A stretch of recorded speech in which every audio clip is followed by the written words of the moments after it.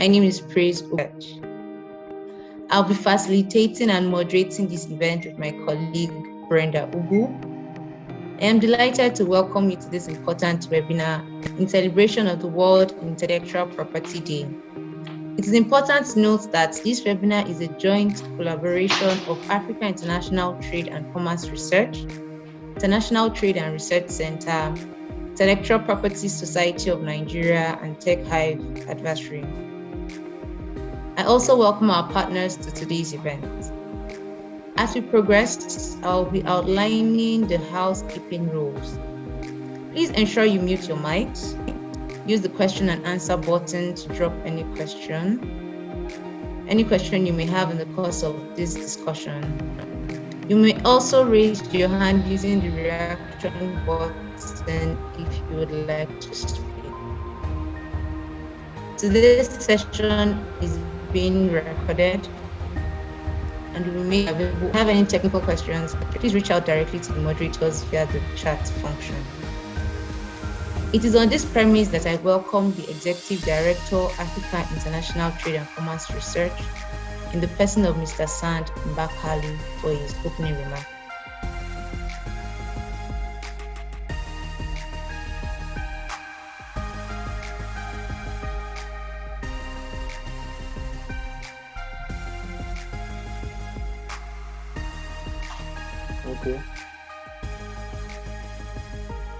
Okay, thank you very much, Miss Praise Okushi, for setting the stage for us. Distinguished panelists, esteemed participants, on behalf of Africa International Trade and Commerce Research, Intellectual Property Society of Nigeria, Tech Hive Advisory, and International Trade and Research Center, I welcome you to this joint webinar to celebrate the World Intellectual Property Day 2022. 26th of April is always set aside to acknowledge the role of intellectual property rights in encouraging innovation, creativity, which cannot be overemphasized. We aim to use this medium to amplify the enormous potential of IP, innovation, and young people in supporting African transition to a sustainable future. The global theme for this year's Intellectual Property Day is IP and youth. Sorry. Okay. Can you hear me? Okay. Thank you very much. I'm so sorry for the technical hitches. For some reason, this is the reality of where we find ourselves as a continent. The global theme for this year's World Intellectual Property Day is IP and Youth, Innovating for a Better Future. However, we have created a sub-theme, IP, Innovation and the Future of Africa, as a group. The sub-theme embodies the importance and role of IP and innovation in the future of in the future of Africa, with youth and African Continental Free Trade area playing a pivotal role in achieving this objective. Africa has incredible but largely under or untapped human and natural resources. Interestingly, many African youths are rising to the occasion to address this challenge by applying their energy, inventiveness, skills, imagination towards creating a better future for themselves and for the continent. With almost 1 billion Africans under the age of 35, there is a need for us to engage the youth to advance the cause of Africa using IP and innovation. Having said that, Africa as it stands now are making effort with young people making strides to change the narrative of where we are as a continent.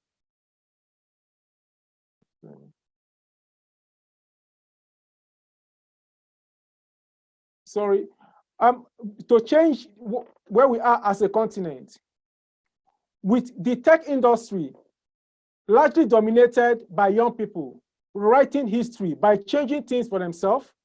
Over the last decade, we have seen the tech industry grow faster than any other industry in Africa. For example, we have InterSwiss, Jumia, Opay, and FruitaWave Esusu, and Soko Wash, reaching the mark of $1 billion capital through their own efforts by applying innovation to what they do. This ingenuity can also be seen in the entertainment industry and even in the fashion industry, where we largely have young people dominating it. However, despite all this, the rate of intellectual property registration from Africa is still very, very low. In 2020, there was a high rate of intellectual property filing across the globe. However, among this number, just 1.1% were registered IP from Africa, which was a decline from what was in 2018 and 2019.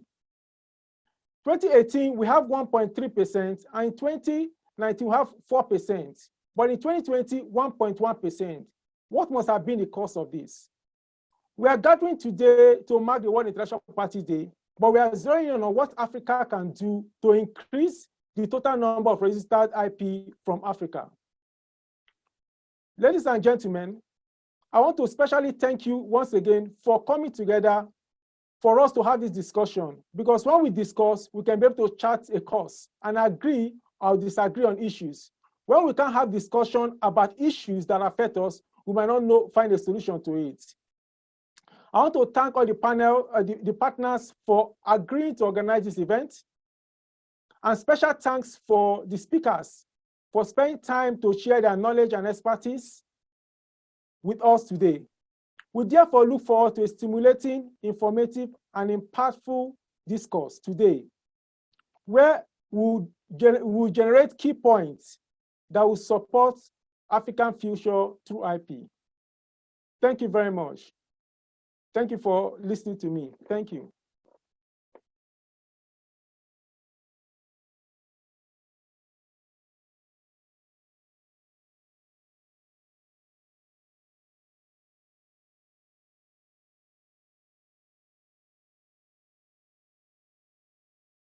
Okay. Now, thank you, Mr. San Bakalu, the Executive Director of Africa International Trade and Commerce Research, AITCR, for delivering a stimulating opening address and setting the ground running. Good morning or good afternoon, ladies and gentlemen, once again, depending on your time zone. My name is Brenda Chukwebuka-Ugu. I'm a Legal and Trade Policy Associate at the Africa International Trade and Commerce Research, AITCR. In line with what Mr. Mbasalo had just said, the themes of our discussion today in celebration of World Intellectual Property Day are African youth and innovation, the future of Africa and the role of intellectual property. We are also aware that WIPO's themes for today's World Intellectual Property Day is IP and youth, innovating for a better future. To that effect, we shall be holding 2 sessions today to have a thorough discussion of the issues as they relate to Africa with our panelists. This year's theme is unique in the sense that it focuses on youth and innovation in Africa. In Africa, estimates suggest that by 2050, Africa's population will double, rising from 1.2 billion to 2.4 billion, with over 60% of people under the age of 25.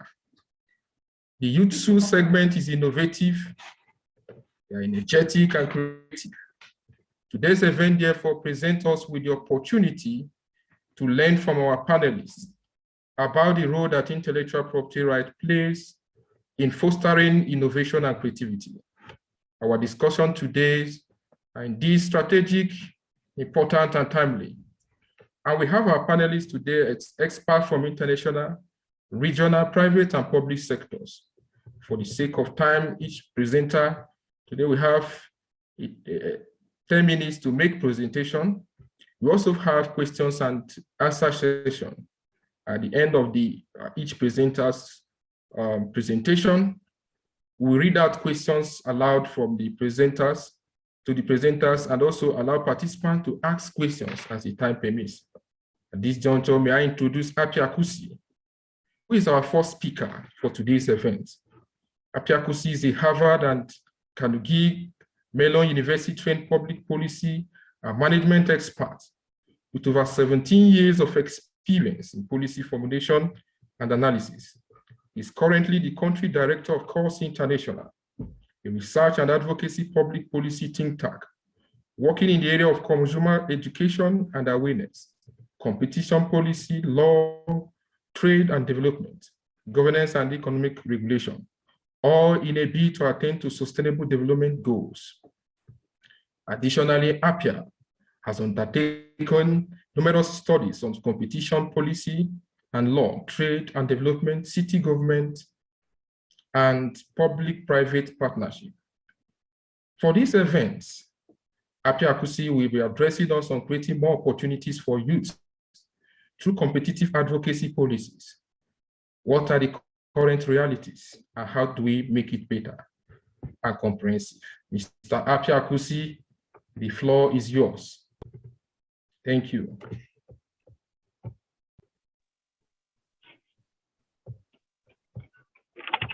Thank you very much for the opportunity given me to partake in this particular discussion. Today is very enormous for two reasons. Today happens to be, on the lighter side, 8 years of my marriage. And today is also World Intellectual Property Day. So many things bring us together this morning, all because of the fact that the world is changing fast. In the past, since the whole world used to be more or less on, the world was more on resource base.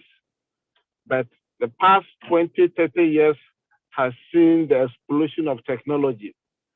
Explosion of technology has also seen the advances in intellectual powers among various countries. When you, for example, when you look at the US economy, for example, about 70% of American economy are as a result of what? Intellectual property, IP related issues. Technology, pharmacy, aviation, all of these things are all as a result of intellectual property. In Africa, Africa too has also not been left behind in this space of intellectual property issues. But in Africa, we still see ourselves, most people will tell you that, oh, the best thing African countries can do is also go back into the production of raw materials and minerals export and those kind of things, but not the Western nations are not, urging African countries to invest in things that will bring about our expertise in IP related issues. But when you move to big cities across Africa, like Nairobi, Lagos, Accra, Cairo, Cape Town, Johannesburg, you will see that the current crop of young entrepreneurs in Africa are coming up with innovative things. And just last 2 weeks or so, I read an article in the UK Financial Times that Google has started. Google, Facebook these two big tech firms have started put their radar on the young technology startup in Africa, so that any product that they see that those products will grow up in the future and to become compete with them, they will start come and acquire the young African startup. While this practice by Google, Amazon, and Facebook may be good, but in the short term, it does not augur well for development of ecosystems around these setups. And from the competition point of view, there has been a big talk, especially with the EU Competition Commission, that is trying to curtail the wanton edge by big techs in acquiring or buying young technology startups. They see that if they don't buy you right now, in the next year or two, you will start competing with them. And so when African technology firms are being bought at will and whim by the big techs, what it means is that we will not have smaller ones to grow around them, because technology allows bigger techs allow the smaller ones to also grow around and to be able to grow the chain and the industry. And so once Facebook comes to buy a product in Africa, a tech giant, a tech startup from Africa, it kind of precludes the industry from growing in Africa. But today we are looking at IP and its relevance, and why African countries must place emphasis on intellectual property rights with regards to the young people. In Africa, they will tell you that in the olden days, when our grandfathers were preparing the herbs and those natural medicines, they will not tell anybody the source or the formula. And so whenever the person dies, all the intellectual property, how the formula, the blueprint, everything dies with the person. And so we've seen how a lot of brilliant ideas have not subsisted across generations, but rather dying when one person dies, one person who carries the dream or who carries the vision dies away. And now, fast forward to 2024 or the technology age in Africa, one thing I've also seen is that most Africans still think that they are better doing things alone. We are not seeing a culture of people coming together. Just yesterday, somebody sent me something, and I would like to quote. Somebody sent something that I would like to quote. It says that Bill Gates started Microsoft with his best friend Larry, with best friend Paul. Larry Page started Google with his best friend Sergey. Jack Ma started Alibaba with his 16 friends. Mark Zuckerberg started Facebook with his friends. What are you doing with your friends?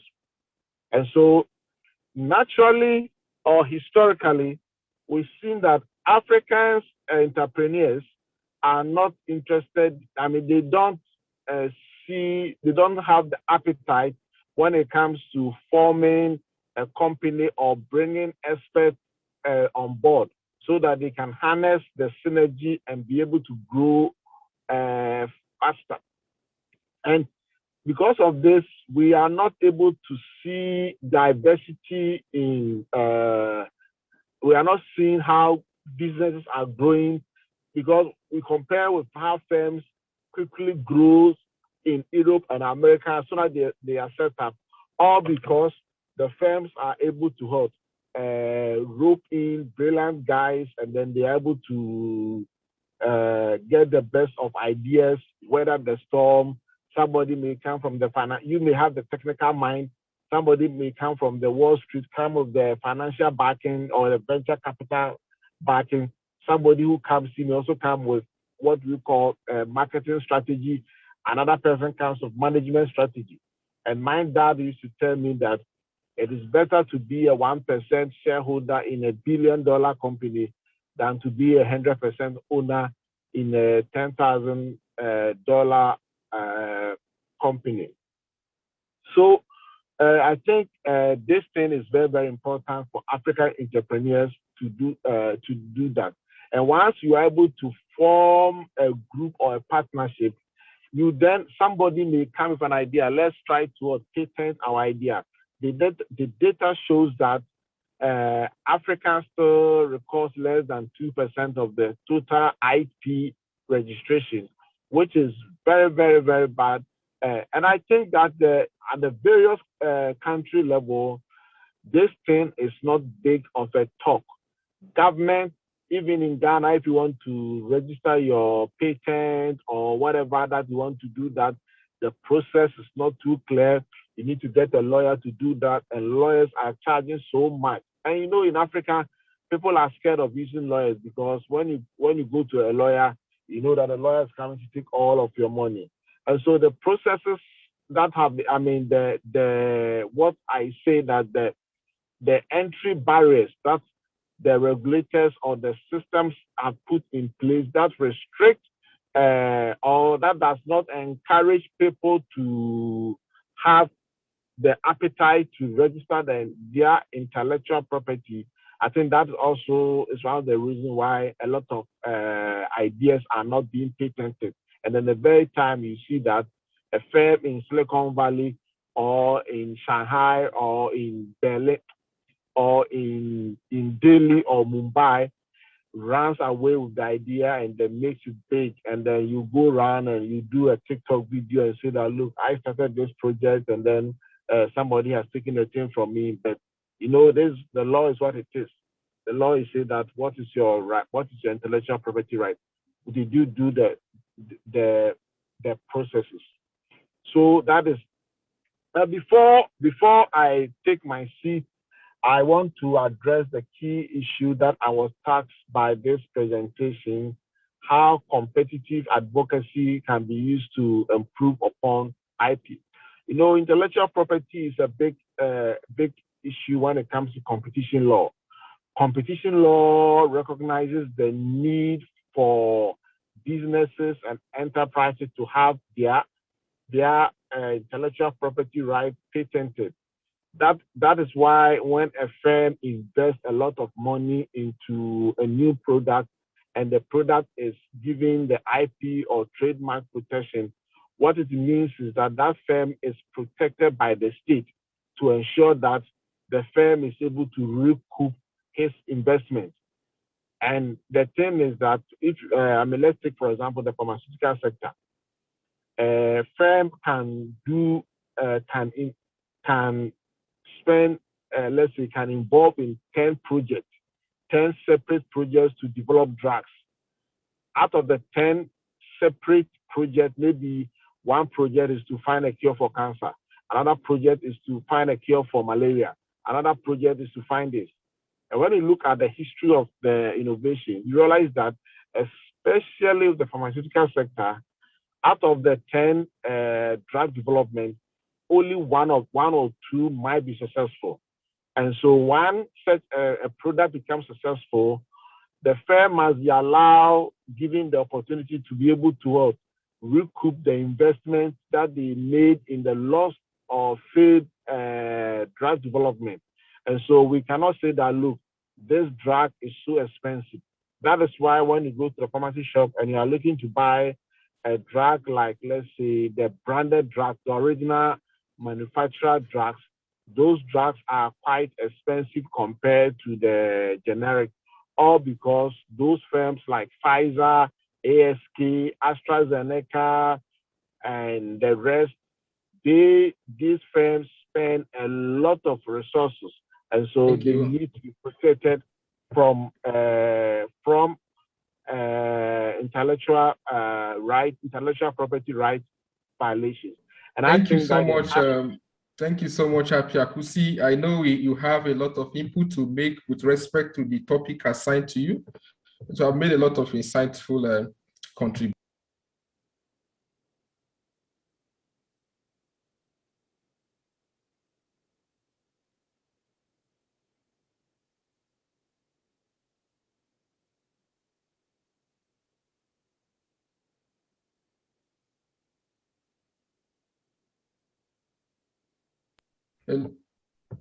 Okay, sorry for that interjection and barriers. So thank you, Mr. AfCFTA.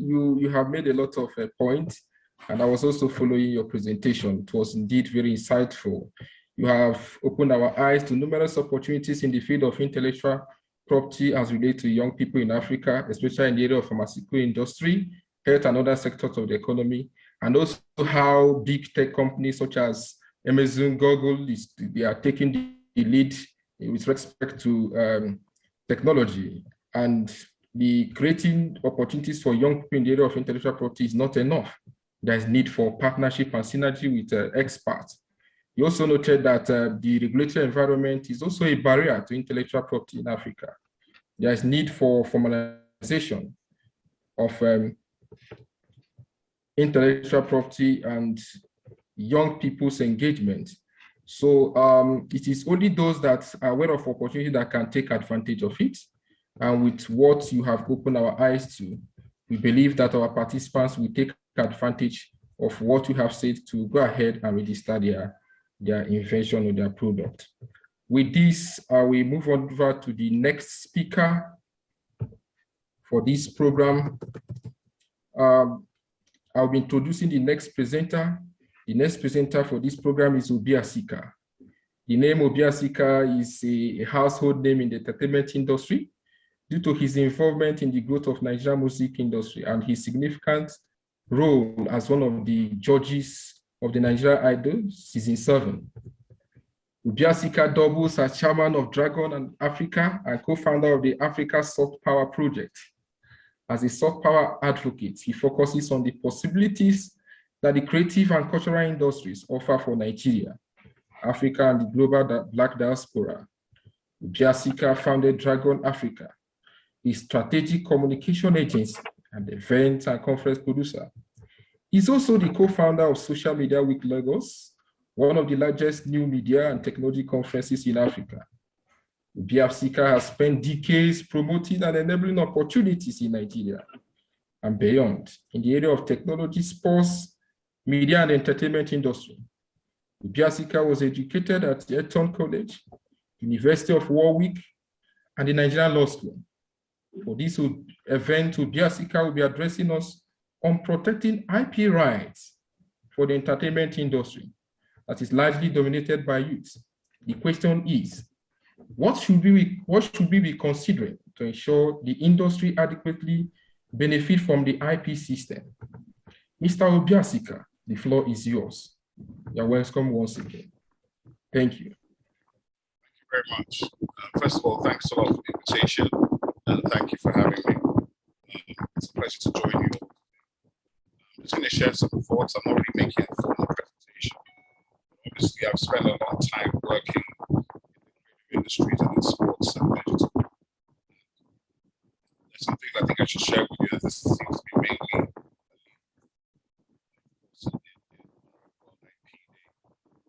one of the most important things, as much as we talk about, the first speaker spoke about this, is collaboration. You see cross-collaboration and convergence across multiple industries. At this point in time, if you really look at what's happening in the continent, and in terms of what I call the soft power, cultural and commercial industries on the continent, non-commercial, the cultural, the content. Hello, Mr. Obiasika, it appears that your network is not stable. We can barely hear you. I'm in Lagos, Nigeria, unfortunately. Can you hear me now? Okay, yes, but you are not very audible. Can you raise your voice a bit so that we can hear you clearly? I was trying to shout for you, but I don't know if that's going to work. Okay. I Can you think, hear me better now? yes, I think it's better now. You may go ahead. Let me know. All right, so basically, I was talking about that we are in the age of storytellers, in the age of IP. And in order for Africa to benefit to the maximum, it's important for us to strengthen that IP by engaging it. So understanding the knowledge, the first key is to value our IP, right? And when I say value our IP, I don't even mean in a commercial sense, I mean in a cultural sense, because one of the first problems is that a lot of Africans have run away from their indigenous value, and that value is sitting all around you, whether it's in art, culture, music, dance, fashion, cuisine, visual art, or sculpture. So IP is not just about the technology industries and what that enables. It's also about the deeper conversation about what we actually create and how we tell the stories. And I think perhaps the biggest thing that I want to leave with all of you is to think about collaboration and convergence, to think about what is the difference between Shango and Thor, right? What is the difference? A Nigerian will say it's the same thing. I might say Shango is broke in Lagos, Thor is worth north of $50 billion.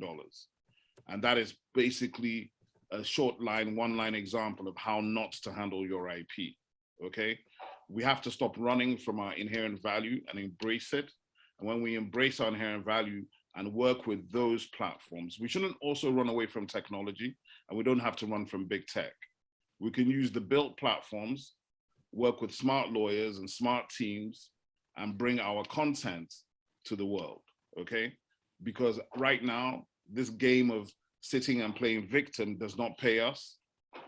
The entire world has actually globalized and monetized its mythology for the last 100 years. The Africans are still running from themselves.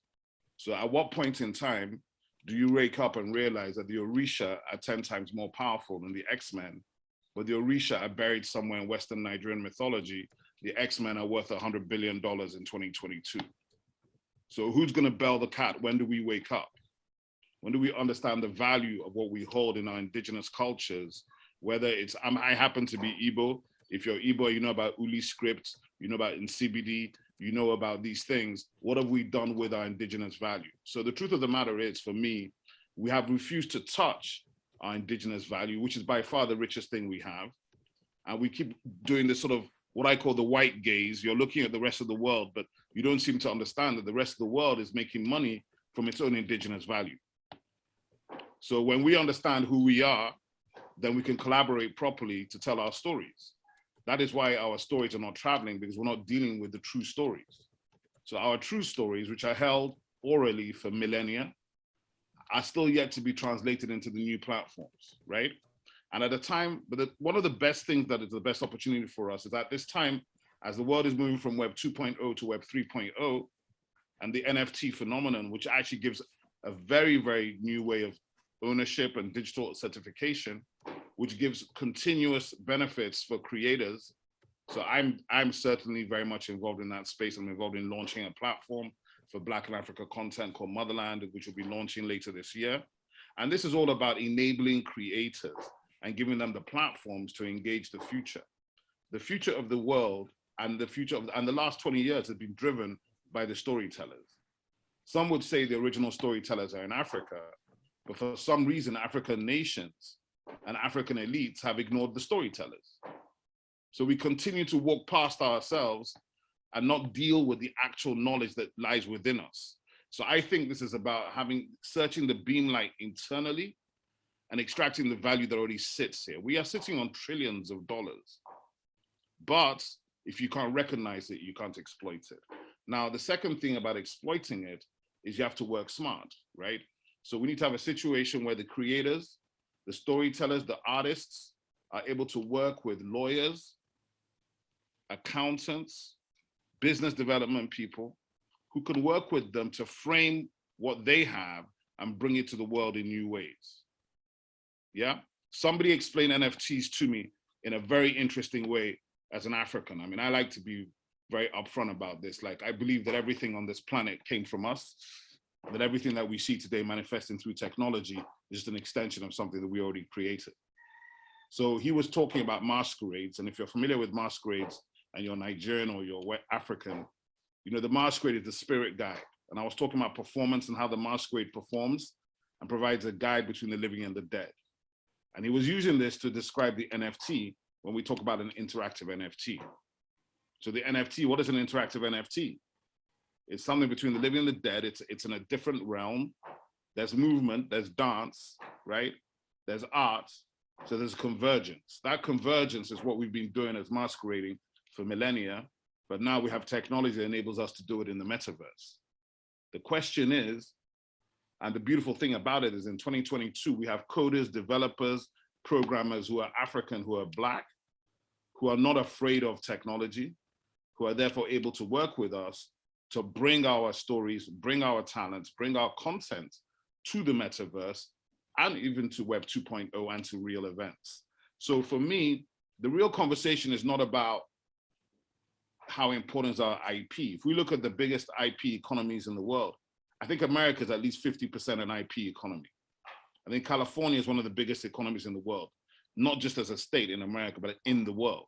And at least California is totally driven by knowledge. Silicon Valley and Hollywood, right? So in Africa, we have to stop looking at these things as pastimes. They're not entertainment, they're not pastimes. All my life, since I was a teenager, the number 1%, top percent, one crop of Ivy League colleges are the people who go and work in Hollywood. They are the people who go and work on Wall Street, the people who work on Silicon Valley. It's always the top 1%. So, but we have to kill this notion on the continent that our IP is inferior or lower. The truth of the matter, as far as I'm concerned, is that the IP we've already generated is worth trillions, and the IP we continue to generate daily is growing. The issue is translation and monetization, right?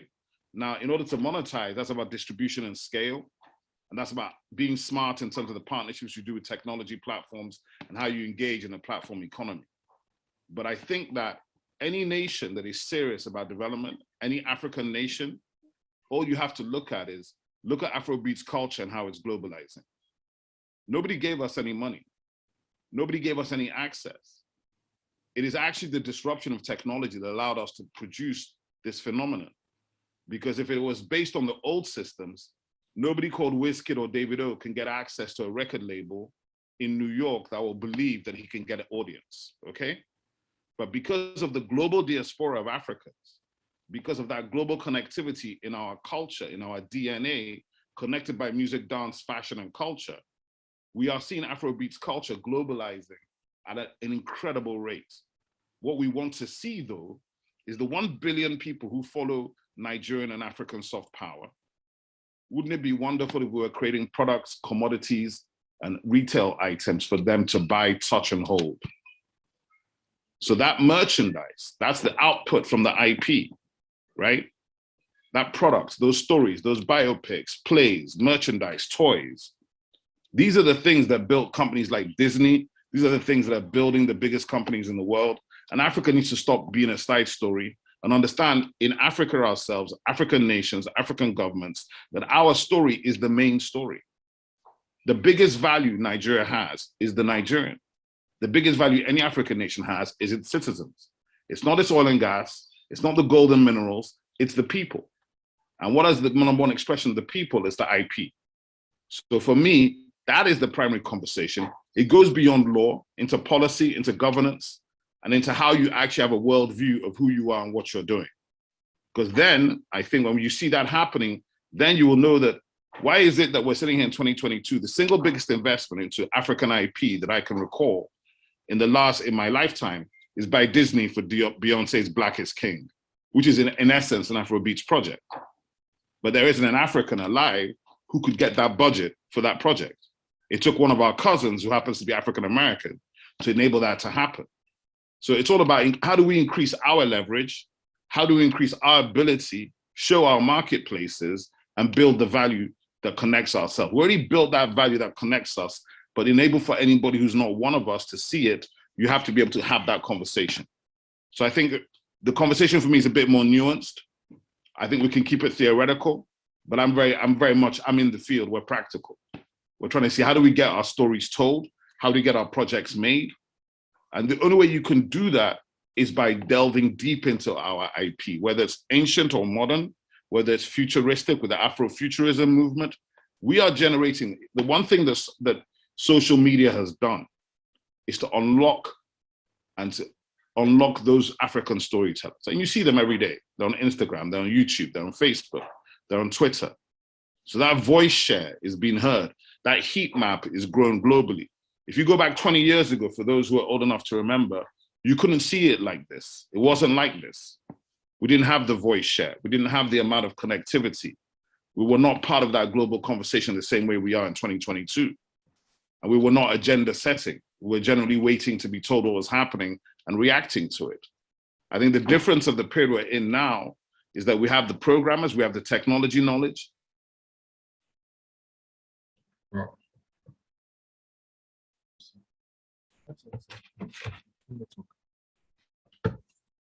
Narrative. Okay, thank you so much. All right. Yeah, thank you so much, Obiasika.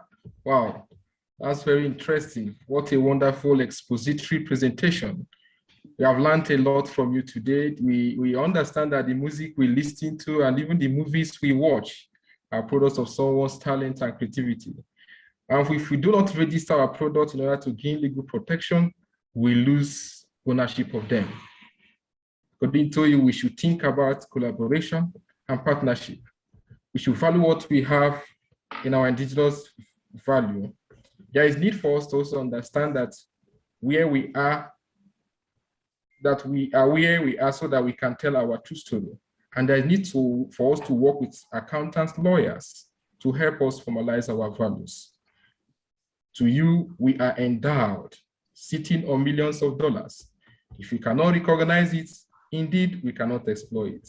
Thank you so much. Thank you for that contribution, and we appreciate your input. So at this point, because of time, let me introduce the third speaker. I can also observe from the question box, there are people that have asked questions and also that have raised their hands. Because of the inadequate time, time will not permit us to allow some persons to ask questions.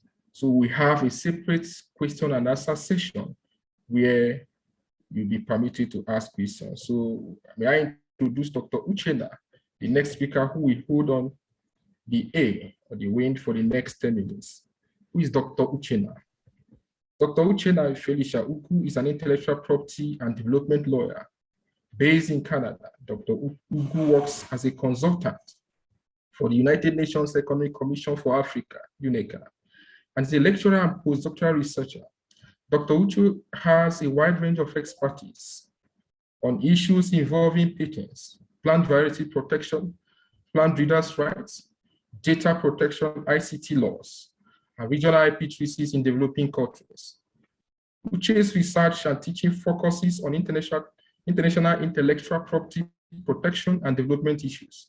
She has published widely in peer-reviewed academic journals, NGO policy papers, and research handbook on her area of specialization, including data protection, digitalization in agriculture, patents, plant variety protection, and innovation.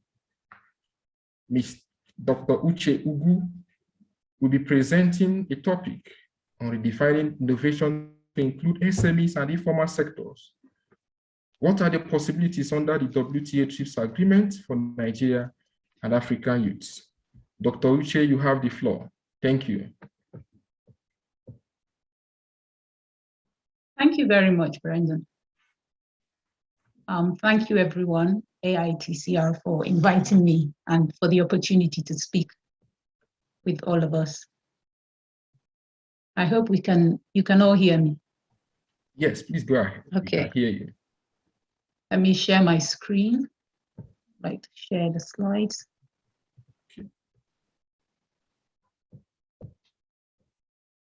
Okay, I'll be talking on redefining innovation to include small and medium scale enterprises and the informal sector. Why is this important? Simply because when we're talking about youth, in Africa, the number of formal jobs available are quite small in comparison to the large number of the population. And therefore, there's a need. A lot of young people are into informal innovation and other aspects, and small and medium scale enterprises. They might seem big in the African context, but if you look at it in comparison to industries in other places, they're much smaller. And these small and medium enterprises, being able to give them the power that comes with having IP protection is an important part of the development process in Africa. Let me start by saying, what is an innovation? Innovation can be defined as the application of new ideas to the products, processes, or other aspects of activity that lead to increased value. So generally, innovation takes place in two forms. You have the product information and process innovation. Our products and our processes can also be defined as innovation. Why is this important? It's simply because it is the protection granted by intellectual property rights is given not to everyone and anyone, but to the innovator. And the way that word innovation is defined, and who is also called to be, who is also recognized as an innovator, makes a big difference in our power to be able to enjoy the benefits of the innovation or not. Generally, IP is granted to these inventors in different models. You have patents, which cover the ideas that produce a substantive physical object. You have copyrights that gives power to literary and artistic works. You also have distinguishing symbols like trademarks and other industrial designs that gives power to control these ideas that come forth. Now, the definition of these terms of what is new under patents, basically the law under this at the international level is covered mainly by the World Trade Organization's Agreement on Trade-Related Aspects of Intellectual Property Rights. I'll call it the TRIPS Agreement. The TRIPS Agreement covers the rules on IP because most African countries are signatories to this agreement. They're also signatories to the agreement that covers plants and genetic resources, the UPOV agreement of the WIPO organization. All these, they define and say, hey, okay, you're going to trade with us. You've got to define innovation in a certain way. You've got to define new.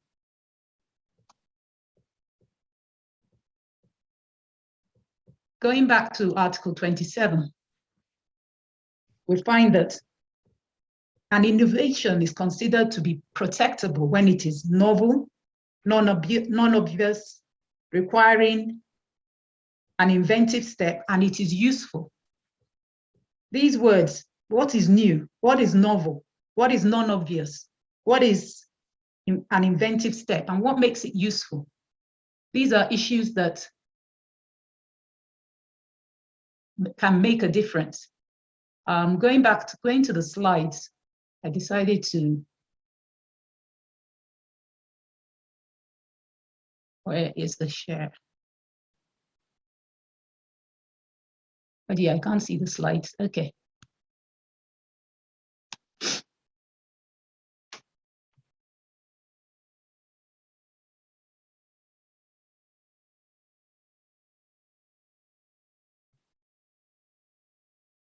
Can you see the slides?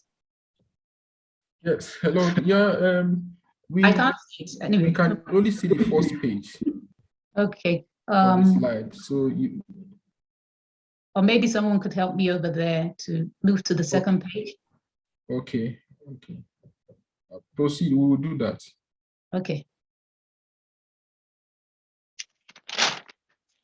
So what's the problem? Why is this definition for innovation? Basically, under the international laws, what they recognize as an innovation is when it is created, I'll say, in the laboratory. It is written, it is documented, it has all this scientific research backing it up, which, as the two speakers who have previously spoken, especially the second speaker has emphasized, look, even your culture and the fact that you're planting seeds in the ground is also a form of innovation. But the big question is, under your law, is it actually recognized? Is it protected? I think most people who are familiar with Africa, at least in Nigeria, know that one of the biggest manufacturers of palm oil at the moment at the international level is Malaysia. How did Malaysia get access to palm oil seeds?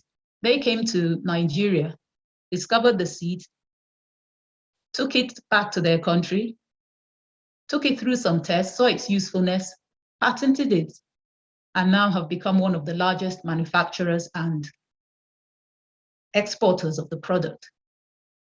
Africans have always known about, at least, palm oil in Nigeria as a very popular product, but simply because nobody went ahead to patent it or to write down these ideas, they now got excluded from that benefit. So the fact that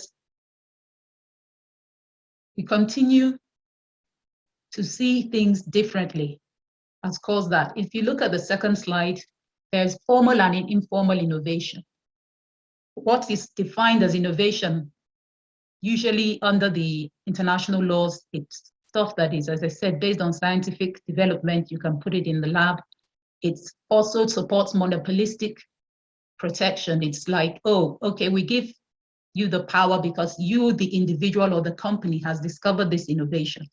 But sometimes, often in Africa, we have what we call traditional knowledge.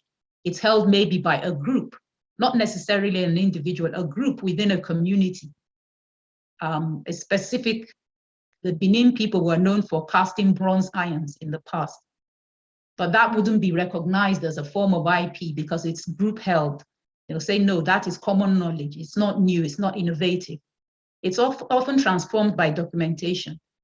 And it's mainly protects the collectors and the formal industries, not the... Okay, Dr. Uche, we noticed that you're not sharing your screen. We want to share it from our end. Okay, so, please, could you, I thought I was sharing it.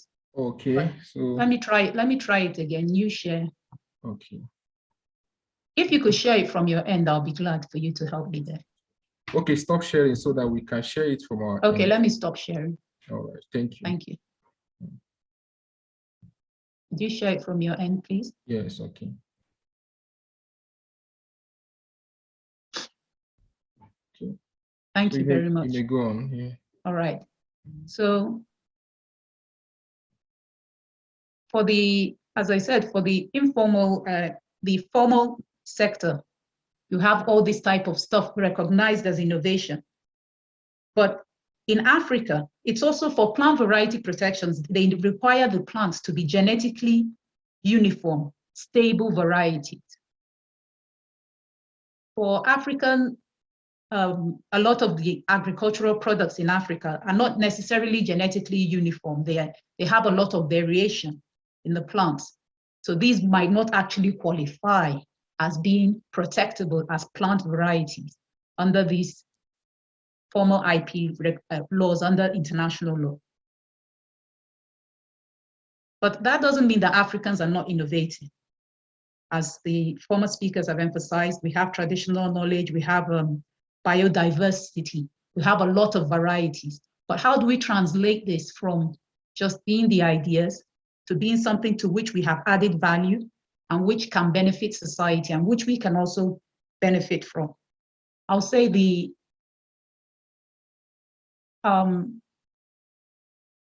there is a way out. That's why we're talking today of redefining innovation. Article 27(3)(b), we can go to the third slide, please. Yeah, there is a way out. Under the TRIPS agreement, it allows you to protect innovation either by following the precepts that have been set by the agreement and its own rules and things like that, or you can create what is called a sui generis form of protection for plant varieties and for patents. Now, what Article 27(3)(b) does is that it allows you as an individual country, we say, okay, this is an innovation, but this is how we're going to define innovation in our own context. I found out that one of the biggest economies that have grown over the past 20 years, Brazil, Russia, India, China, South Africa, especially China and India did this. India did this with her pharmaceutical industry. Instead of defining innovation and saying, oh, you say this stuff, you copied it, it's not an innovation. They refuse to adopt that definition, but says, hey, even though it's copied, it's an invention. Even though it's just an improvement, we would define it as an innovation. And they refuse to allow their patent industry, their pharmaceutical industry to be defined according to the WTO laws. I was very shocked to find out that it's the countries that refused and rejected these formal definitions that actually advanced very well. And today, the biggest manufacturer of global manufacturer or exporter of pharmaceutical stuff is not the Americans or the British, it's actually the Indian corporations. Why? Because at the early stages, they protected themselves and defined innovation and says, hey, it includes these small companies. They are innovating. Yes, it might just be a China product. In Nigeria, when they say, is it Chinese? We're probably asking ourselves that, hey, this is fake. This is not a good quality. but they protected them as a form of innovation. By doing that,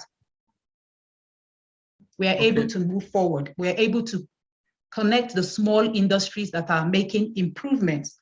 They should be included as form of innovation. Can we continue to the next slide, please? Okay, I think at this point you may try and round off because I should round up. Okay. Yes. Okay.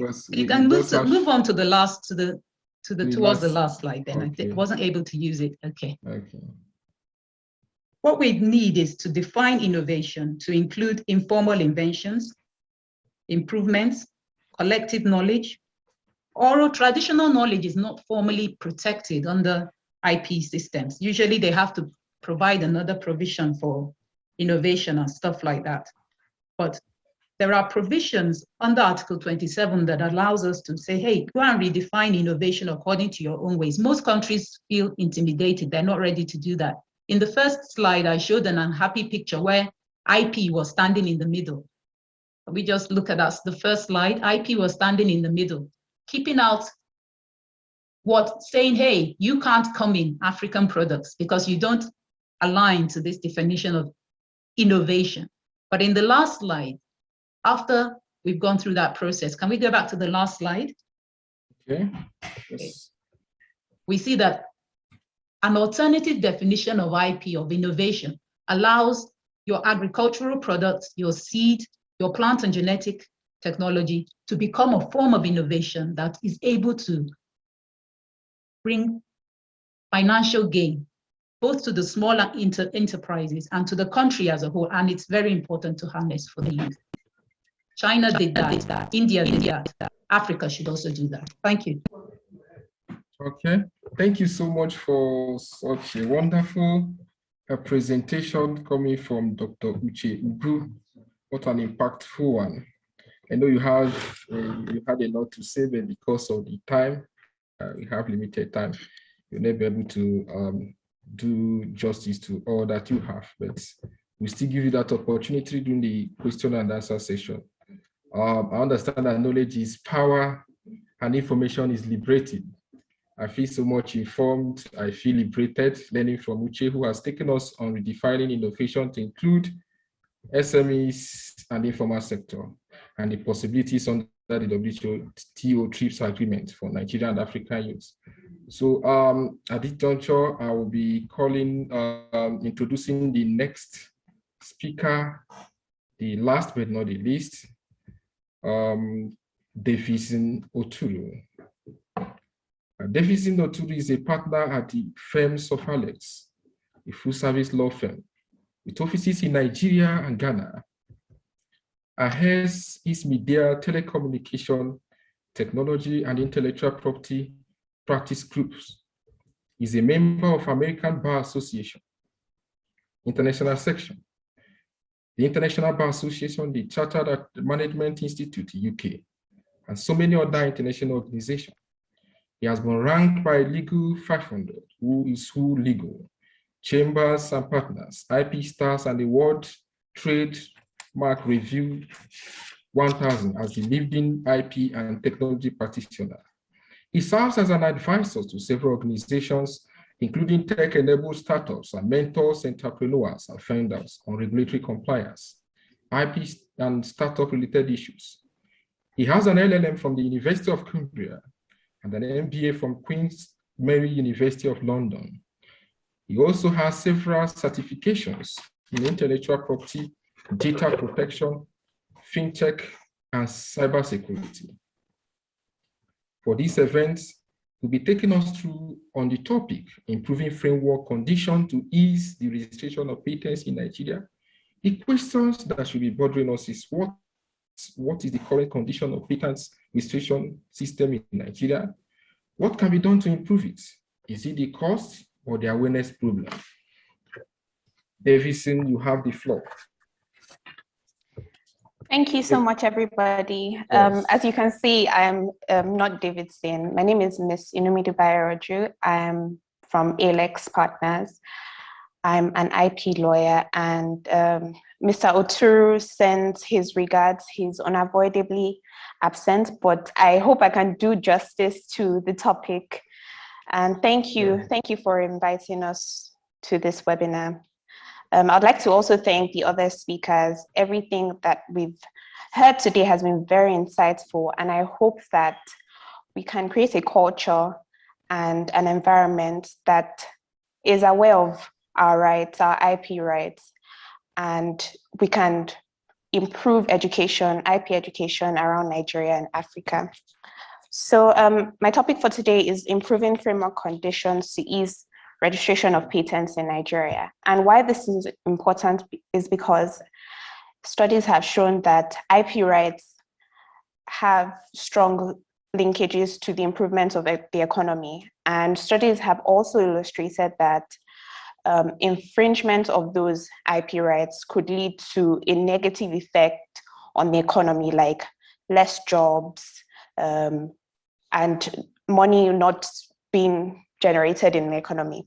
So I would like to start by talking about the requirements for patent registration. And patent registration is governed by the Patents and Designs Act of 1970. And to register a patent, what is a patent, first of all? A patent is an exclusive right granted for an invention, and that invention has to be a novel invention or a process. So the requirement under the Act, the Patents and Designs Act, is that the invention has to be novel, it has to be capable of industrial application, and it has to pass the public policy and morality test. A lot of people don't know what is required to register a patent in Nigeria, and I feel like this is what is restricting us, and it's restricting our growth as a nation, really, because we usually register patents at ALEX, and the process is very, very straightforward. And the topic, improving framework conditions to ease registration of patents in Nigeria, what I can say would improve it would be IP education in general, because people don't know the process. So people are scared of the process. So people don't know that, oh, I just have to create something that is capable of industrial application and can pass the public policy and morality test. People think the application is tedious and it can take a while. And that's the main problem. And the application process in Nigeria usually takes 6 months to 1 year. And the cost of application, the official fee for application is below 50,000 naira, but this doesn't include professional fees for lawyers. And I've also compared that with other patent applications in other parts of the world. So in the UK, I noticed that the cost of application is £4,000 and it could take 5 years. And in the US, it could range from $900 to $5,000 and it could take 22 months. However, with the cost and the amount of years it takes in those other countries, in 2018, the UK saw 19,000 patent applications and the US 3.3 million patent applications, while in Nigeria, we only had 120 patent applications. So long story short, the way we can improve the ease of registration is to take on IP education at such a young level and such a young age. I note that a lot of secondary school students don't know that their rights can be protected. And we can see a lot of secondary school students inventing little things in their corners or writing little poems or just doing things that are brilliant and that in other countries will be harnessed immediately. So I think we need to educate ourselves as the adults, as parents, first of all. And then we need to go ahead and educate children and the youth in general that you can create, you can do anything you want to do, you can be whatever you want to be, and your rights will be protected. And your rights are appreciated, your creativity is appreciated by Nigeria. And Yes, so patent rights last for 20 years, and I've only touched on patent rights, but there are other types of rights in Nigeria and all over the world, like trademarks, copyrights, industrial designs. And again, a lot of people don't know about it. A lot of people are not aware of it. But what we're trying to do as IP lawyers is to create awareness. And that's why I'm thanking you for this organization for organizing this event, and a lot of events, other events going on today for World IP Day. And I hope that as a nation, we can move towards IP education within secondary schools, even primary schools. And yes, that's all I have to say. I think the other speakers have touched on everything, but first of all, reach out to a lawyer if you don't understand the procedure. Don't be scared. Don't be afraid. Don't think it's tedious. Your ideas are valid. Your ideas are meant to be protected. Thank you.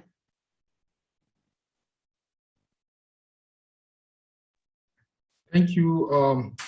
Thank you, Bairoju, for such a resourceful presentation. It has been an engaging learning session from experts from different organizations, lawyers, think tank organizations, and many others. Bairoju has taken us through the challenges of patent registration and the need for nationwide awareness. We should also be very inclusive. We should also integrate secondary school students who have also made some invention into the system, protect them. The best way to protect what we have is to have a legal protection of it. So we know that we Africa, we are making impact and we never stop. Thank you so much. Thank you, our wonderful participants. Some of us who had in the past attempted to ask questions and we didn't permit, the session we are into now is the question and answer sessions. So feel free to ask your questions.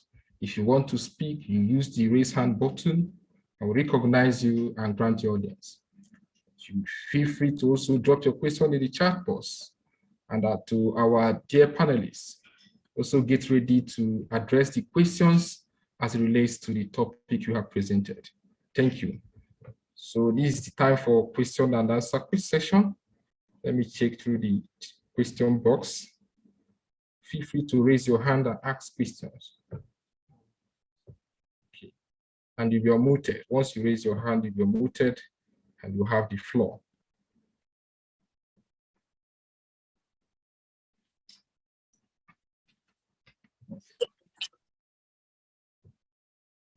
Okay. I think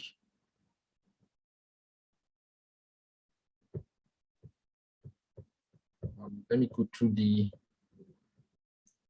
question box.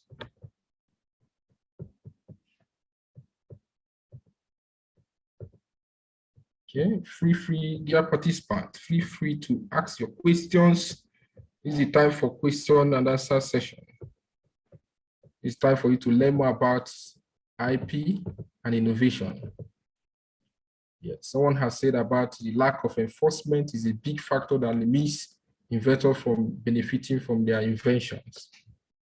It is not all about having the law, but enforcement. Okay, I'm going through the question box. Okay, I think you have a question from Daniel, and that question is related to what the last speaker just presented. So what are the reasons for low patent applications in Nigeria? What are the reasons? Why is there low patent application in Nigeria comparable to other nations, comparable to other African countries? Why do we have that low volume of registration? So the floor is yours. I'll just take that.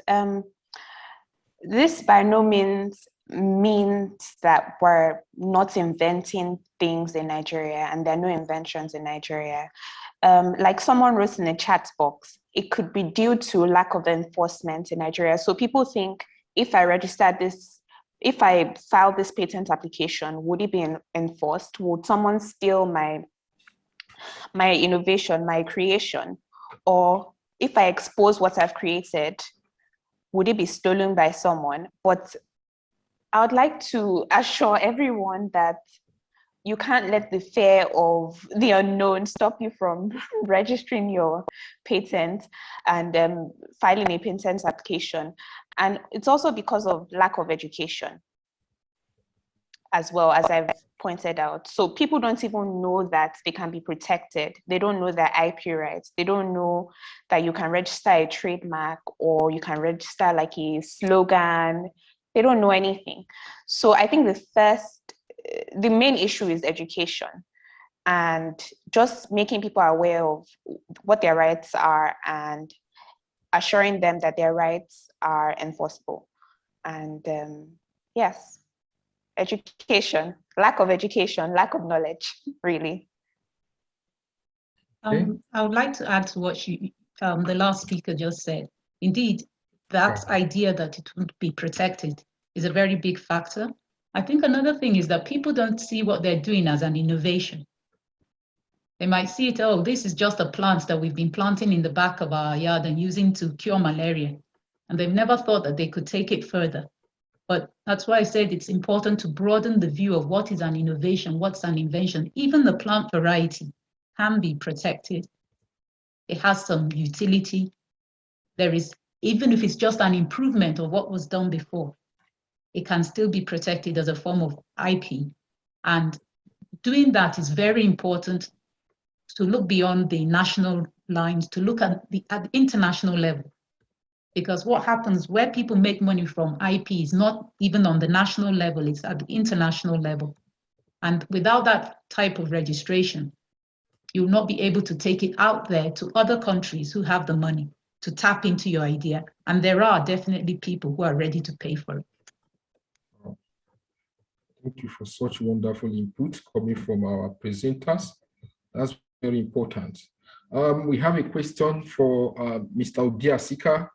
One of the points he made said we are endowed, sitting on millions of dollars. If we cannot recognize it, we cannot exploit it. As an expert and also a role model in the entertainment industry, how do we seek this partnership and collaboration? How do we collaborate to have our indigenous values, to have our products registered? Someone, a young artist who is desiring to seek partnership, where should he start from? What steps should he take to have it protected? So we have spoken about the issue of collaboration and partnership. So how can a young person, a young Nigerian, a young African, what steps would you take to have that kind of a collaboration and partnership and have his product recognized and protected legally? So you have the floor. Can you hear me? Yes, I can hear you. Go ahead. Okay, great. I was just saying that I think the first thing and the most important thing is self-education. There's so many resources where people can, online free resources, they can find information to support them in whatever they're doing. And the second thing is community, to try to find people who do similar things to what you do and to build community. Because when you build community, you can build collaboration. In this world we're sitting here today, a lot of people who are creators are independent, self-starting people. So it's important for them to look to community, because in community, you will find resources, shared resources, which you can use to strengthen what you're doing and to make it work out. But in terms of resources, there are a lot of knowledge-based resources available, free online. But yes, in terms of IP protection, always talk to somebody legal. That's the obvious conversation in terms of IP protection. But the first thing, even before you get to, well, maybe not the first thing, but to be able to really go and do IP protection, you have to know that what you're trying to do is something that has commercial value as well, yeah? So being able to deal with understanding, there's a difference between having an idea that is nice for you and your family, or an idea that can actually scale and impact, commercially. So it's to have the ego to understand the difference between the two. you know, and then from there make the right decisions in terms of finding the right support. Thank you so much for that wonderful response. I think we are getting what we need, and we believe that our participants are also benefiting from the answers. And the next question will go to the first speaker. The first speaker, I hope you are still with us. AfCFTA, there is a question for you here. You have spoken so much about the issue of creating opportunities and also the role of advocacy. So I think everything centers on awareness. What steps should we take to create this awareness? Please, can you give more light? I noticed that you had a lot to speak, and this is opportunity for you to re-emphasize the point you made. So how can we sensitize young innovators in Africa? So the floor is yours if you are still with us, Piakusi.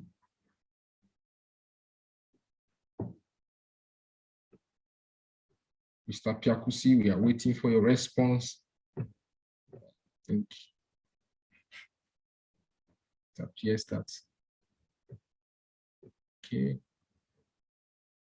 Piakusi we have lost him. I think he's no longer with us. Then, for dear participants, you still have opportunities to speak. We want your voice to be heard. It's time for you to react to the questions and also to ask questions as well. So it's a two-way thing. You make your contribution. We have experts in the room, so who can address you on any of the questions. It's an opportunity for you to express yourself and your concern, your area of worries as well. So while we are waiting for AfCFTA, I think there is a question for Dr. Uche. Dr. Uche, because of the limited time you had, you're not able to give much of what you intended to do. Okay, excuse me, let me recognize, okay, let me recognize Hamilton. Mr. Hamilton wants to speak. All right. Okay, go ahead, Mr. Hamilton. The floor is yours. Right. Thank you, Brandon. Hamilton joining in from Uganda, and I'm happy to be part of this delegation. I want to thank the presenters, Mr. Obi, Asika, and the doctor and the colleague who have enlightened us about IP and its issues. My question is actually almost related to what someone called TT has highlighted. Doctor kept talking about sensitization, creating awareness, and Mr. Obi Asika has also enlightened us about the materials that are available online. My question is it possible for us to have a uniform curriculum that can be taught within our schools, especially from Form 1 to Form 4, whatever the curriculum that you want to implement in our secondary schools, or what we call high schools here in Uganda, so that from the lower age, our children, ourselves are aware of what we can protect in terms of IP. I know there are various types of IP, like the doctor has actually tried to explain, in terms of patenting, in terms of industrial, whatever. But how can we enforce this in the curriculums that we operate as education systems across the African continent? I think that would be a good starting point in terms of awareness here. Thank you. Thank you so much for that wonderful contribution coming from Hamilton from Uganda. We have a lot of persons who have raised their hands. I think the question is a contribution also from, okay, I think, okay. Hamilton has said something about integrating the IP into the academic curriculum. So I think we have a lecturer here who can also address on that. I think Dr. Uche has an academic background. How do we integrate it in the curriculum? Integrate it. Thank you very much. Hamilton, thanks. I think that's a very important question and issue. I would say, like over here in Canada, a lot of children at a very early age, they become tech savvy.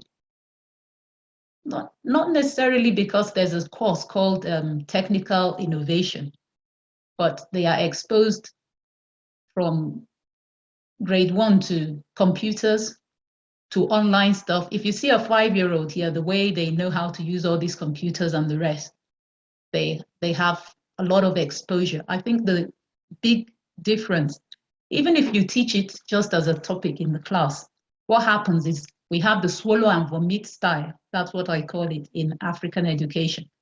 They just teach you stuff, you cram it. You go out, you write it in an exam. That doesn't necessarily translate into having the technical skills required. I was lucky in that my father is a control engineer. He's also a PhD holder and the rest from Oxford University. So that exposure came at an early stage to computers and stuff like that. I think the big issue is there going to be enough money to be able to expose these children, to give them access to this information online? Yes, we could put it in a curriculum and say, okay, this is computer education classes. But having computer education classes is going to be different than making people to become tech savvy. For those who I know who are into the IT industry, one of my brothers is with Microsoft and the rest. What they told me is that the skills they learned it mostly online. It was that interest. So that online interest, making such stuff accessible. If there's a common data bank to which you can sign up and you'll be allowed access to be learning such stuff online, that's where they learned. Not that they didn't go to university, but that online learning was the biggest system that helped. That's wonderful. Thank you so much. We have hands from Wendley Addy. Wendley Addy, you have the floor, after which we take Tony Dixon. So Wendley Addy, you are welcome. You have the floor. Ask your question and you'll be responded to.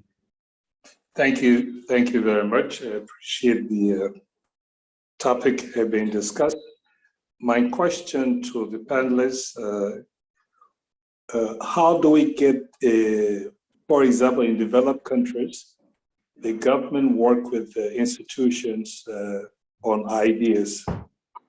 How do we get the public sector in Africa begin to engage our institutions, as well as picking up information from people wanting or have ideas that they can collaborate, work with universities and so forth to bring them into reality? So in other words, how can the public sector help to accelerate the invention IP process on the continent? Thank you. Okay. Thank you for that wonderful question. And this question is open to our panelists. Any person can take up this question and give a satisfactory answer. Okay, Mr. Biasika, may you go on. Let's see your reaction to this. Yeah, Wendell, thanks for the question. I think what I was going to do was just going to say that I think one of the best examples of how ideas can work and collaboration between the private sector and the public sector is the ongoing process going on in Nigeria with the Nigeria Startup Bill, which unfortunately Davidson wasn't able to be on the panel, but Davidson is also the key lawyer on that platform, and I'm one of the ecosystem leaders. And what we've been able to do is have the private sector ecosystem really come together as a strong unit, working with the presidency to sort of drive through the process, right? And we've literally under a year, we're at a stage where the bill is up for a second reading. And when that bill goes through, that's really going to be a massive enabler for the startup community. And I think it's a marker and something that all of Africa can take from. You know, the Nigeria Startup Bill is something to watch, and it's something that it's also, we're trying to replicate it for the creative industries as well. Because again, I think, as I said earlier, we're in the age of IP. If we look at the nations that are dominating the world's economies, IP is the massive enabler for all of them. So in Nigeria, I think, yes, we are moving. We have been engaged for many, many years. Some of us have been in this conversation and engaging at the high level with government authorities and public sector for a long time.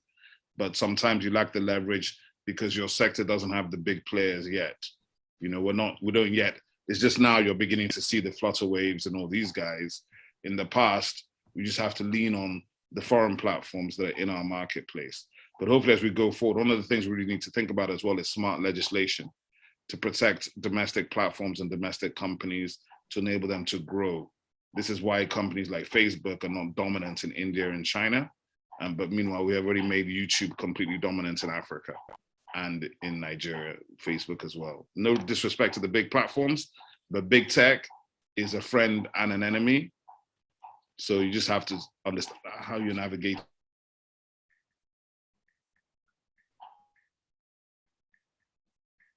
Okay, I think that should be a network. Okay. Let me add to what Obi has said. Indeed, okay. Because the first speaker talked about competition. Protecting startups and infant industry is an important part of the legal process for supporting these enterprises. We don't have exceptions for that yet. One standard shouldn't apply to everyone. You can't expect a 2-year-old inventor or 2-year-old company to be wearing the same sizes of clothes as a 10-year-old company. But under the current IP laws, a lot of the time, these special exceptions are not made.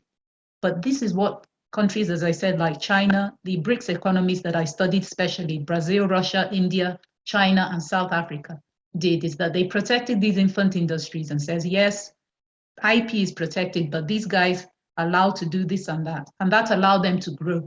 Now, when their IP or the industrial sector has become strong, they now say, okay, we're ready to join the WTO fully.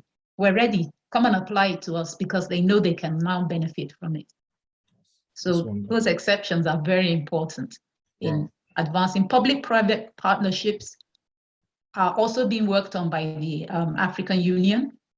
If you've heard of the African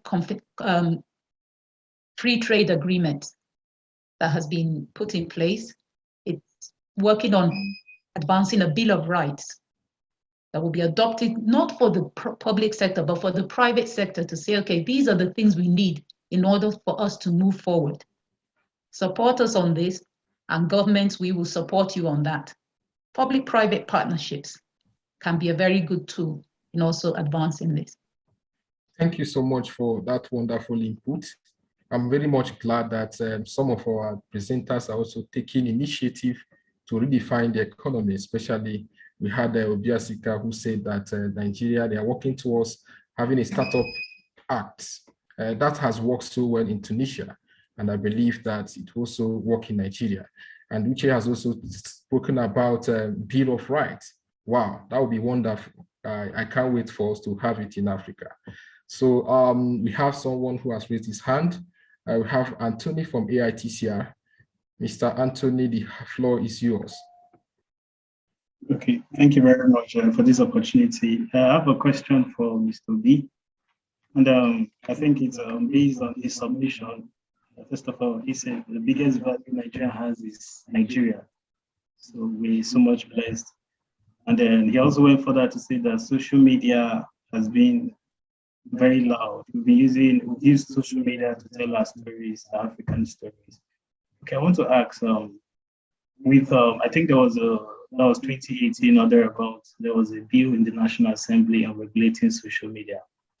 If at all it passed through, what effect would they have created or would they have made on our creative industry? That's for Mr. B. And then my second question is for the panelists. Going by a Global Innovation Index as released for 2021, the headline of it was that Nigeria is underperforming when it comes to innovation. So what policies do we think we can put in place to ensure that, because it's as if there's a disconnect. You can see that we're using social media to tell our stories, and National Assembly, they are making moves to come up with a social media regulatory bill. How do we address this disparity between policy from our National Assembly and what is obtainable in reality? Thank you. Yeah, Anthony, thanks for your question. What I would say is, I think, sometimes regulators all over the world and legislators all over the world are nervous of social media, right? They're nervous of the power of that mass power of the masses and mass influence. 25 years ago, government could communicate and it was a one-way communication. There was no way to get the feedback or the pulse of the people. Social media has completely changed that. Because you have a situation now where immediately the thing happens, everybody's got an opinion. And those opinions tend not to be favorable if you're in government, because you become extra defensive. I think the social media bill died a natural death, not just because of the reaction, but also because many of the things they were trying to put into that bill were already in an earlier law, which is the National Security Law of 2015, which has already been passed and is in our statutes. And some of those laws get abused sometimes by governments. This is what happens. But I think we are in the age of disruption. The cat is out of the bag. You can't control, you can't stop these things. Everybody is now open and everybody's now free. The question is it's not even about the disconnect, because even the people who think they want to ban them need to use them to get back into office, which is, of course, is one of the reasons why Twitter is back online, right? But the truth of the matter is, disruption doesn't come from legislation, okay? It can come from smart legislation, but not from defensive actions. So I don't think that a country like Nigeria, with an average age of 19, a young, vibrant population, can afford that type of legislation and can afford that type of thinking in order to drive forward. So whilst there are always elements in society who are closed and who want to hold people back, the truth of the matter is the energy of the people will always overcome. So I don't think that's a problem. Just to be 100% honest about it, I think anybody who's innovating, anybody who's doing what they're doing, execute. What we need to do in Africa is execute, focus on things that we build that are offering solutions either to ourselves or to people in our communities. And that's how we're going to find scale and solutions that are going to make money, they're going to provide value, they're going to give jobs. Number one thing everybody should really be talking about is about jobs. Our governments are not able to create these 9-to-5 jobs, and they're only going to come from the IP industries. And that is the fundamental truth. We need to reform our education. We need to reform the way we think about education. I'm not convinced that we need to be sending everybody to university. I think we need to send everybody to get an education, but that's not necessarily to university.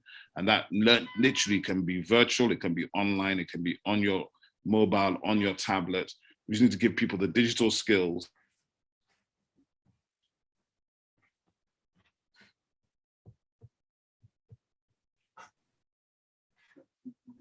Yes, I totally agree with the last speaker. Digital skills are very, very important. And I want to add that a question that I've been regarding the digital area. Maybe Mr. Obi can. Have you looked into whether social media, when you place something on social media, does it grant protection to the person who shares this stuff online? Or is it owned by the social media companies themselves? Most of the time on social media, it's the stuff you play is owned by the person that played it. But the social media guys, in terms of if I put music on my post on Instagram, it's only because the publishing company that for that particular song has released the rights to Instagram, right? But if you put an original comment of yourself on Instagram, then you know and you realize that Instagram can close your account any day of the week, right? So can Facebook, so can Twitter, so can anybody else. And that's one of the interesting things about social media. So you can lose your IP in 1 second. Ask Donald Trump. Yeah, that's a good point. I wanted to highlight that so that people would understand that often it's not you that's generating the ideas that own it without the formal registration of that IP. It's the company that whether it's the phone company that's listening into your conversation or the digital company that often owns it. Another issue that I would like us to address, if we can, is the issue of financing.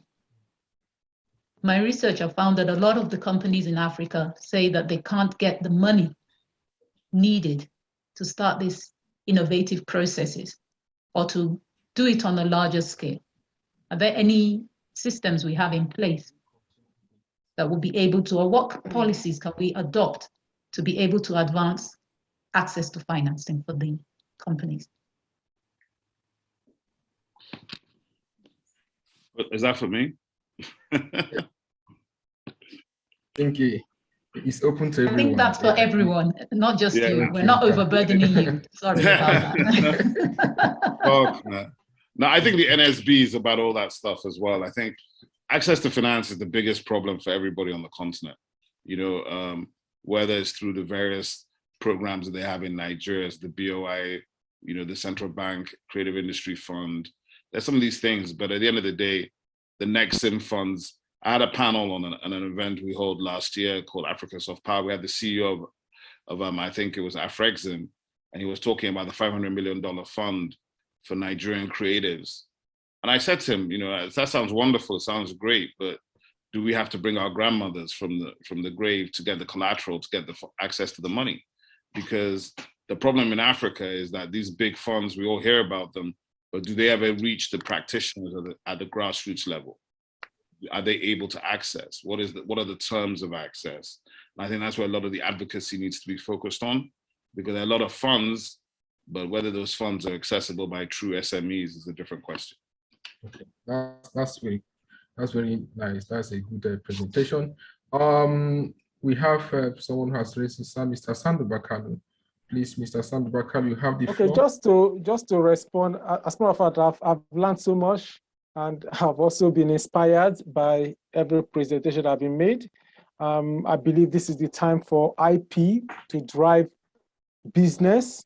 I always believe that when you have a project or a program that does not have an economic background and is not sustainable, and that is why as an organization, as an individual, we've always pushed the concept of geographical indication, which is an aspect of intellectual property.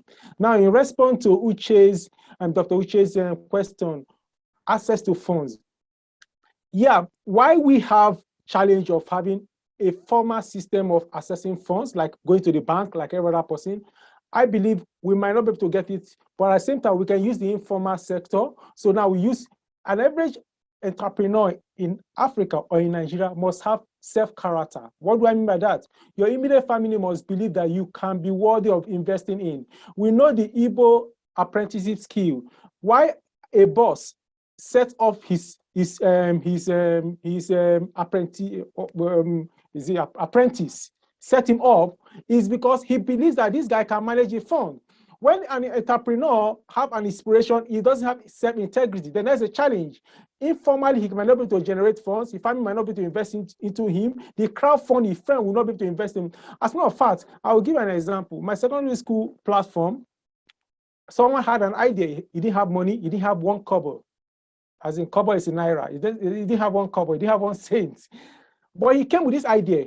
The friends came together. We generated about 2 million to 5 million within an hour to give him to go and invest. He invested the fund, refunded the fund, and he's not doing well in his business. So while we cannot vouch for the formal sector, just like Obi has said, government has fantastic idea, but the collateral is huge.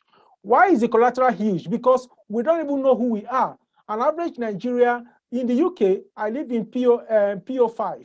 PO5 is in Portsmouth. You Google PO5, you know who lives there. I have a national ID, but in Nigeria, what is the national ID to identify who we are? The banks give you a facility. The next day you've changed your location. How would they find you? We have scattered. So it's a lot of things for the formal access to finance, but we can rely on the informal while we build on the formal. We are doing well in having national ID. Now, national ID, who owns our data? Which is an aspect of intellectual property. How protected? How is it protected? That's another issue. But from the family background, a community background, as a community, we can generate funds. I believe as an entrepreneur, or a business person, funds should not be the first issue. It's self-character, self-identification. With that, you can pull in funds to even grow your idea without even making any effort. That is my submission, though.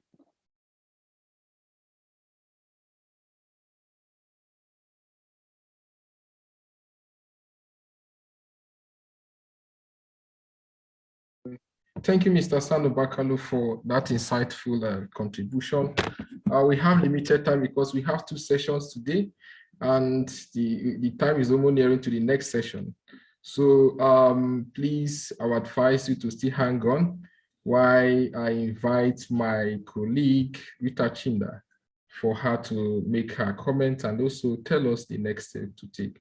We appreciate your wonderful input, especially from the panelists and also the participants. You have been very wonderful. Rita Chinda, you have the floor. Okay, good afternoon, everyone. I'd like to say thank you to everyone who has participated in today's event. It's been a pleasure to be able to commemorate the World IP Day, which is an international event. Today it's a busy day for most IP practitioners and relevant stakeholders.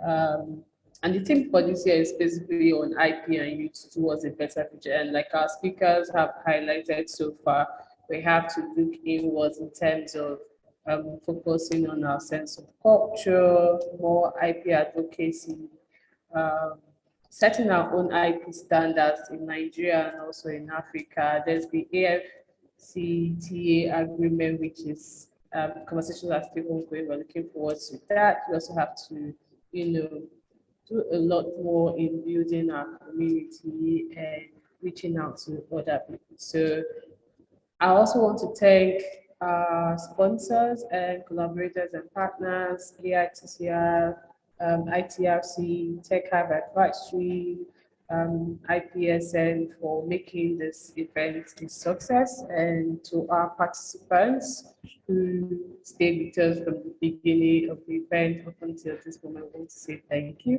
We have another session starting at 2:10 p.m. So if you are chanced, please come back and join us.